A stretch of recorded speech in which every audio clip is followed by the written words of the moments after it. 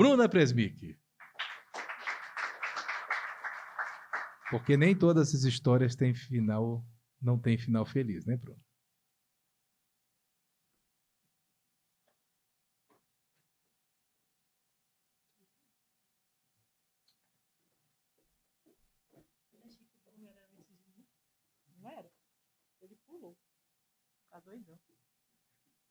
Olá, eu sou Bruna Presmic, autora deste livrinho, Conto Sombrio Sem Final Feliz.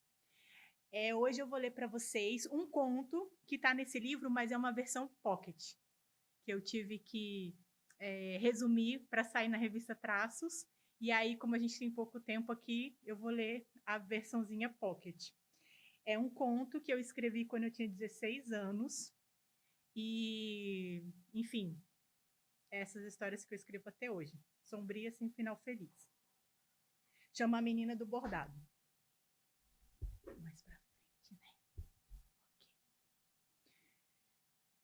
Eu divido todos os meus contos em capítulos. Então, são sempre 4 capítulos. A Menina do Bordado, capítulo 1. Gente, eu vou ler de celular, que eu tenho baixa visão, então fica melhor para mim. Anina é uma menina muito especial. Aos 7 anos, a filha única de Dona Teresa já viveu algumas desventuras. Mas nem por isso perdeu o brilho no olhar. O pai de Anina morreu há anos em um acidente trágico e deixou ela e a esposa sozinhas e com muitas dificuldades. Dona Teresa é uma costureira de mão cheia. Ela vende seus bordados para sustentar a pequena, que ajuda muito nos afazeres domésticos.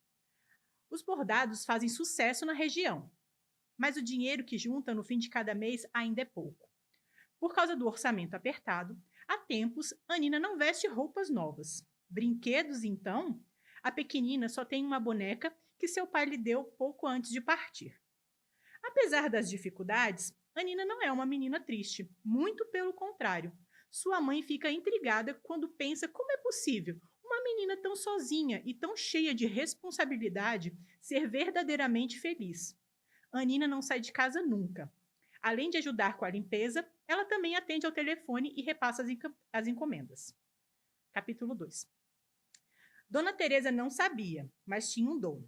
Toda vez que ela bordava, transmitia a emoção que estava sentindo no momento para o desenho, para as telas, para as linhas, e no final do trabalho, o bordado carregava o sentimento da costureira.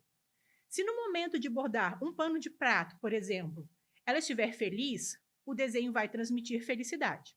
Porém, se ela estiver triste, mesmo que o bordado seja uma bonita paisagem, o desenho transmite tristeza. Dona Teresa bordava sentimentos.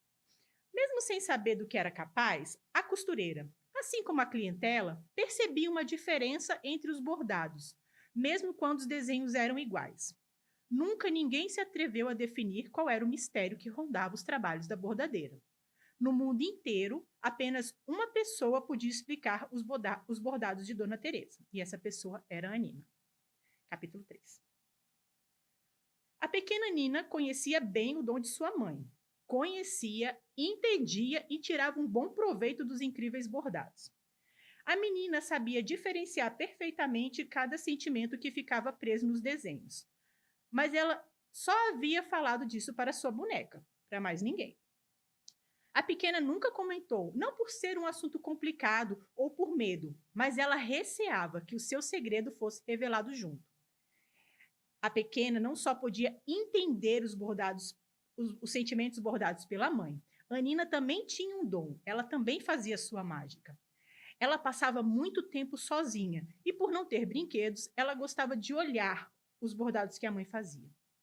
Foram dias, meses, talvez anos observando os bordados. Cada vez mais ela ficava encantada com o trabalho.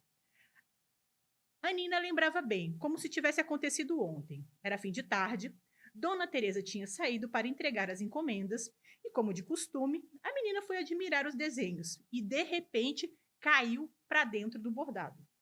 Não demorou muito para a esperta entender o que tinha acontecido. Ao ver ao seu redor as grandes árvores verdes, o imenso sol brilhando, as lindas borboletas cor-de-rosa e o pequeno lago translúcido, a pequena soube que era o cenário que há poucos segundos olhava bordado. Ficou maravilhada com a mágica que acabara de acontecer. Anina saiu do bordado rapidamente, antes que sua mãe se retornasse, mas não conseguia pensar em outra coisa. Nos dias que se passaram, sempre que Dona Teresa se ausentava de casa, Anina escolhia um bordado, de preferências dos bons sentimentos, e entrava dentro dele. Capítulo 4. Já haviam se passados anos desde a primeira vez que Anina tinha entrado num bordado. Ela conhecia todos os sentimentos. Concluiu que, por pior que parecesse uma emoção, de alguma maneira, se podia tirar um bom proveito dela. Evitava a raiva, a ira e a angústia. Mas o que mais temia, e nesse ela só tinha entrado uma vez, era a saudade.